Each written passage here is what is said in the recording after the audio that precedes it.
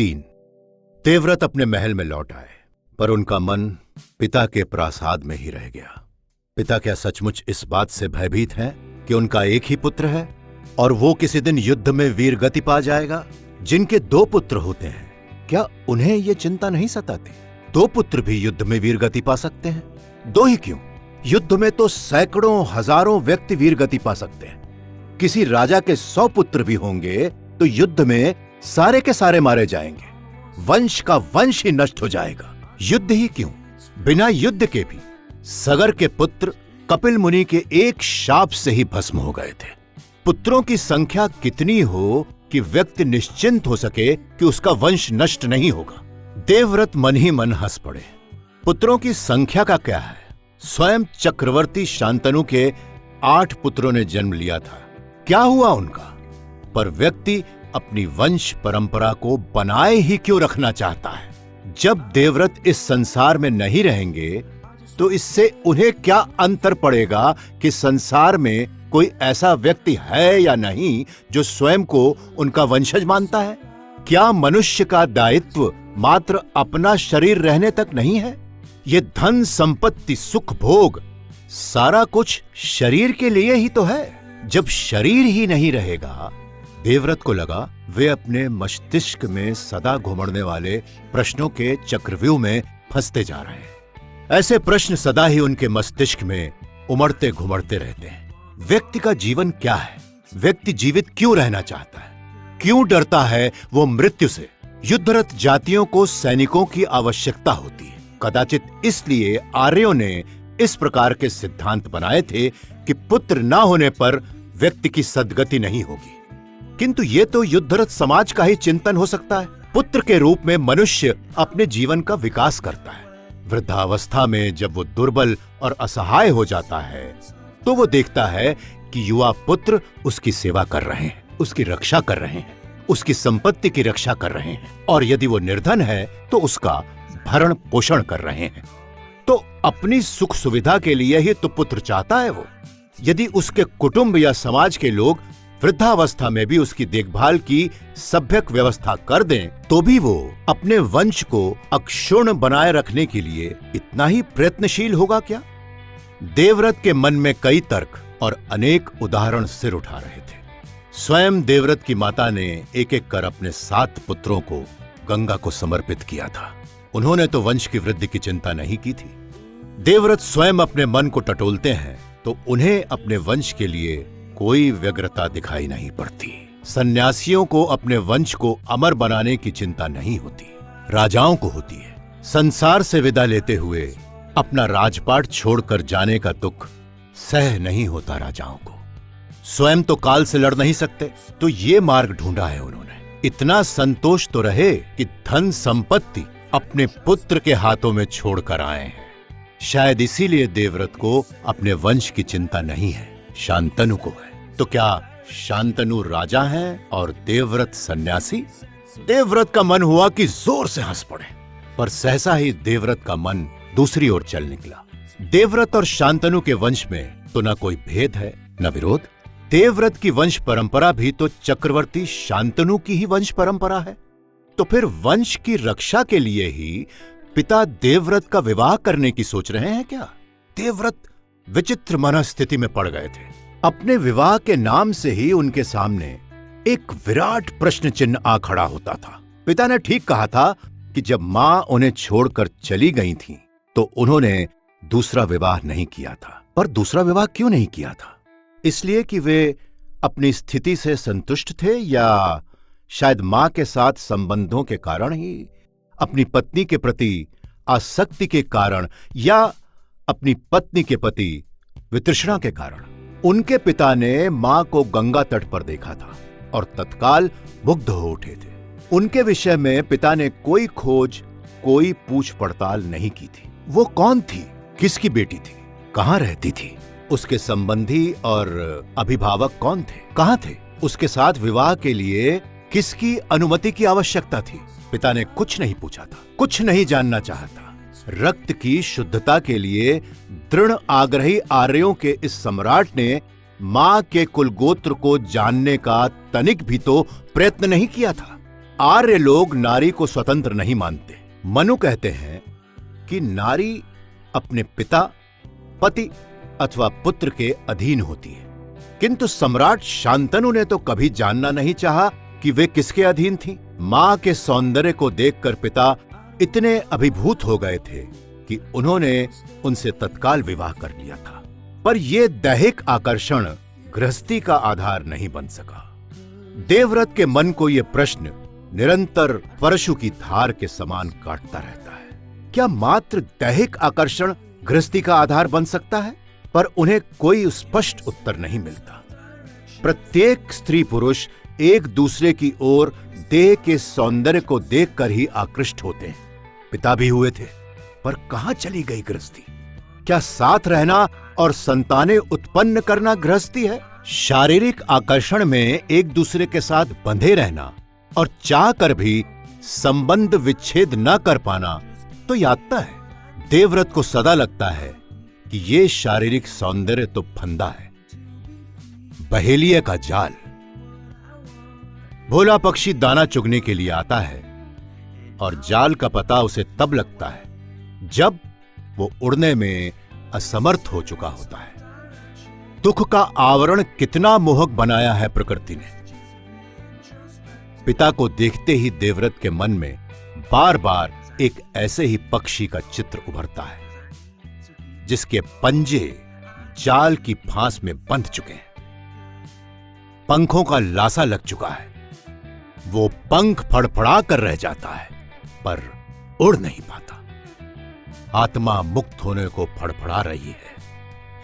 विवेक बार बार चेतावनी दे रहा है और आंखें मुग्ध भाव से दाने को देख रही हैं। देवव्रत की आंखों के सम्मुख कोई सुंदर नारी वदन आता है तो उनका विवेक जैसे कशाघात करने लगता है। सावधान, सावधान! सुंदर नारी वदन ही क्यों, देवव्रत को इस संसार की प्रत्येक आकर्षक वस्तु एक चेतावनी जैसी लगती है। कई बार तो उन्हें लगता है कि उनके मन में आकर्षण और वितृष्णा के भाव चिपक कर एक हो गए हैं। जहां कहीं आकर्षण जागता है, वितृष्णा अपने कान खड़े कर उस मृग शावक के समान उठ खड़ी होती है जो प्रत्येक शब्द को आखेटक की पदचाप मानकर डर जाता है। पता नहीं देवव्रत अपनी इन आशंकाओं से मुक्त क्यों नहीं हो पाते। क्यों वे अपने अन्य समवयस्कों के समान सुख के लिए लालायित नहीं हो पाते? क्या ये भी अपनी मां के कारण? कहते हैं मां ने अपनी 7 संतानों को एक एक कर गंगा नदी को समर्पित कर दिया था। पिता उन्हें रोक नहीं पाए थे। संतान के मोह में मां की मनमानी को रोकने का प्रयत्न करते तो उन्हें भय था कि मां उनसे संबंध विच्छेद कर उन्हें छोड़कर चली जाती। संतान का मोह, ओह! देवव्रत के लिए यह भी सुनी सुनाई बात ही है। मां के मन में कभी उनके लिए मोह नहीं जागा। गई तो गई, देवव्रत ने उन्हें फिर कभी नहीं देखा। मां के मन में मोह नाम का कोई भाव ही नहीं था शायद। नारी मन की तनिक सी ममता कहीं मां को छू गई होती तो वे इस प्रकार जन्म दे देकर अपने 7 पुत्रों को गंगा नदी को समर्पित कर देती। जिनके मन में 7 पुत्रों के लिए मोह नहीं जागा, वे देवव्रत के प्रति ही क्यों अनुरक्त होती? मां के मन में पति के प्रति ही कौन सा अनुराग था, जिसके साथ इतने वर्षों तक पत्नी के रूप में रहीं, जिसकी 8-8 संतानों को जन्म दिया, उसकी किसी इच्छा का रत्ती भर सम्मान भी नहीं था उनके मन में। वे तो जैसे पति से लड़कर अलग होने का बहाना खोज रही थी। अपनी संतानों को एक एक कर जीवन मुक्त करके अपने पति के मर्म को आहत करने का प्रयत्न कर रही थी।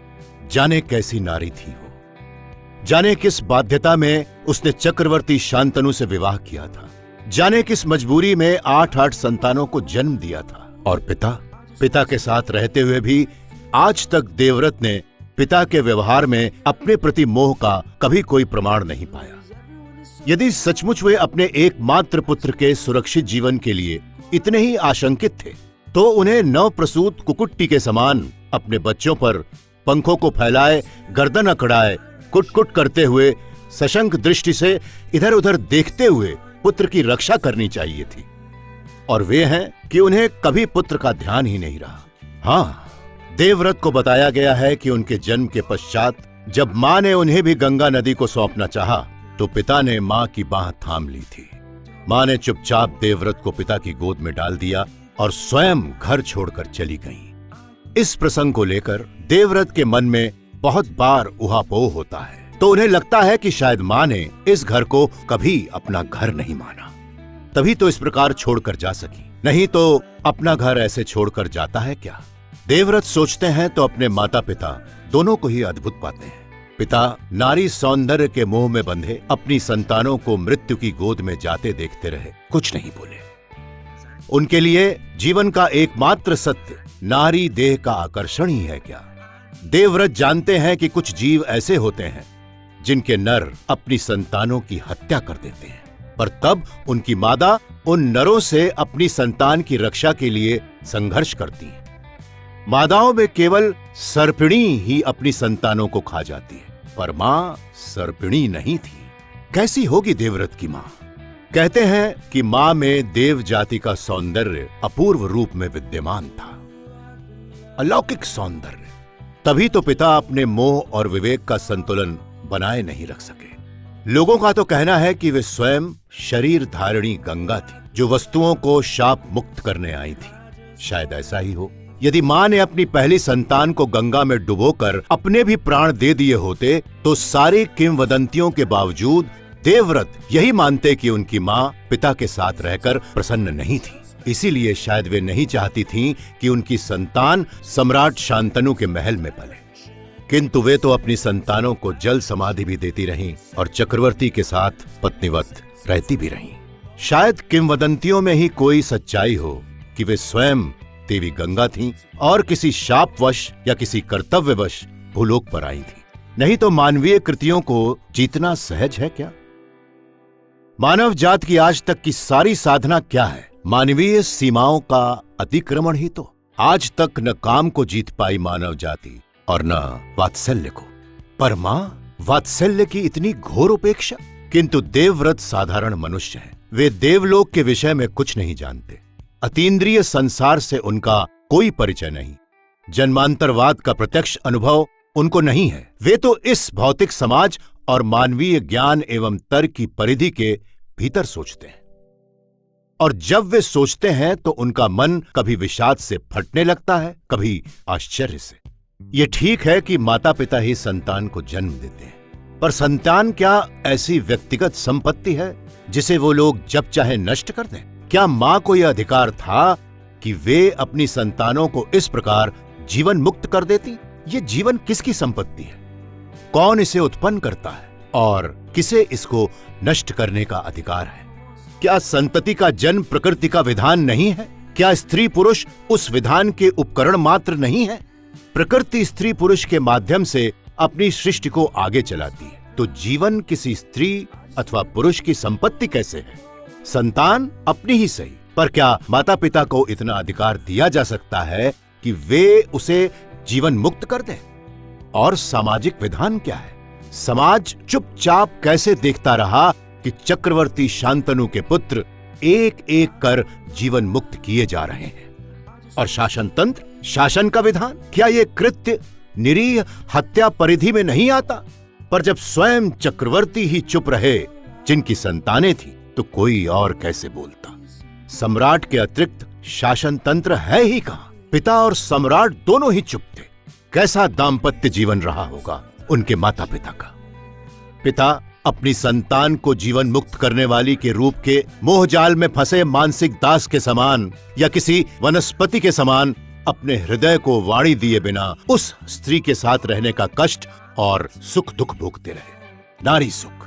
देवव्रत के मन में वितृष्णा जागती है, और मां किस बाध्यता में रही पिता के साथ? बाध्यता ही तो रही होगी, नहीं तो क्यों नहीं वे सम्राट को पति के रूप में अंगीकार कर इस घर को अपना घर मान अपनी गृहस्थी बसा सुखपूर्वक स्थायी रूप से रह सकी? यहाँ क्यों बार बार संबंध विच्छेद का बहाना ढूंढती रही, सम्राट के मर्म पर ऐसे क्रूर आघात करती रही, और अंततः अवसर मिलते ही चली भी गई?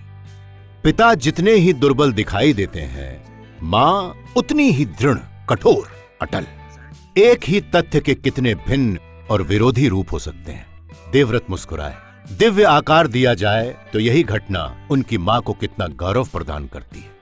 स्वयं देवी गंगा वसुओं को शाप मुक्त करने के लिए नारी देह धारण कर पृथ्वी पर आईं और अपनी इच्छा और प्रवृत्ति के विरुद्ध एक साधारण मनुष्य की पत्नी बनकर उसकी संतानों को जन्म देती रही। उस मनुष्य की संतानों को जिससे उनको कोई लगाव नहीं था, कर्तव्य समझकर अपनी इच्छा के विरुद्ध।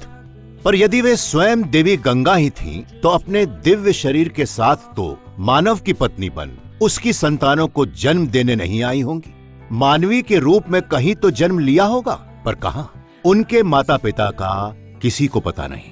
उनके जन्म, शैशव, उनके संबंधियों की कोई सूचना नहीं। वे चक्रवर्ती को गंगा तट पर मिल गई थी। उनका कोई मायका नहीं, देवव्रत की ननिहाल नहीं। और फिर वे गई कहां? वे मानवी थी या देवी? देवव्रत नहीं जानते, पर पिता के विषय में वे बहुधा सोचते हैं। पिता का जीवन कैसा रहा होगा? पहले क्षण से ही उन्होंने पत्नी के रूप सौंदर्य के सम्मुख दासत्व स्वीकार कर लिया था। शरीर का साहचर्य तो रहा होगा, पर क्या कभी मन का साहचर्य भी उन्हें मिला? यदि पत्नी अपनी इच्छा का तनिक भी विरोध होने पर घर छोड़ जाने को तैयार बैठी हो, तो कैसा दाम्पत्य जीवन होगा? जहां पति पत्नी की ओर या तो लोभ की दृष्टि से देखे या भय से, वो परिवार होगा क्या? सुख क्या होता है? सुख का स्वरूप क्या है? वही जिससे वंचित होने से पिता डरते रहे। क्या सुख पाया पिता ने? जब तक साथ रहे, त्रस्त होकर रहे, साथ भी रहे और त्रसित भी रहे। जिस सुख के मोह से पिता मां को अपने घर लाए थे, वो सुख बड़ा था या उनके रुष्ट होने का, त्याग कर चली जाने का आतंक? मां ने निकट रहकर पिता के मन में जिस कामना को बार बार जगाया होगा, पिता उस कामना की यातना से अधिक तड़पे होंगे या सहवास के सुख से अधिक सुखी हुए होंगे? पिता के लिए देवव्रत के मन में कभी करुणा उभरती है, कभी दया। लोग कहते हैं कि सम्राट शांतनु ने अपनी पत्नी के चले जाने के बाद स्त्री सुख सर्वथा त्याग दिया। वे इस ओर से वीतराग होकर देवव्रत को प्राप्त करने तक पितावत प्रजा का पालन करते रहे। सम्राट शांतनु के राज्य में कोई अन्याय नहीं था, अत्याचार नहीं था, स्वार्थ और दमन नहीं था। ठीक कहते हैं लोग, पर देवव्रत को लगता है कि आज भी पिता उसकी कामना में तड़प रहे हैं, जिसके मन में उनके लिए कभी कोई आकर्षण नहीं रहा। संयम में शांति होती है, संतुलन होता है, किंतु पिता तो मां के चले जाने के बाद से भयंकर रूप से अशांत रहे। उन्होंने अपने 8 पुत्रों में से बचे हुए अपने एकमात्र पुत्र की कभी सुध नहीं ली। देवव्रत को उन्होंने जन्म के बाद से कभी नहीं देखा, कभी देखने की कामना नहीं की। देवव्रत वशिष्ठ के आश्रम में रहे, परशुराम के आश्रम में रहे, बृहस्पति के पास रहे, शुक्राचार्य के निकट रहे, आर्य और देव ऋषियों के आश्रमों में अनेक वर्ष बिताए देवव्रत ने। माता का उन्हें पता नहीं था, पिता उनकी ओर से सर्वथा उदासीन थे। तो क्या करते देवव्रत हस्तिनापुर लौटकर? क्या कहें देवव्रत? पिता के मन में मां के लिए प्रेम था या आसक्ति थी? मां के आचरण ने उनके मन में वितृष्णा जगाई थी या ये मात्र प्रतिक्रिया ही थी उस आसक्ति की? इतने दीर्घ काल तक पिता को याद नहीं आया कि उनका केवल एक पुत्र है। आज अचानक क्या हो गया कि वे अपने एकमात्र पुत्र के जीवन और अपनी वंश परंपरा के लिए चिंतित हो उठे। देवव्रत के मन में प्रश्नों का एक भरा पूरा वन उगाया था।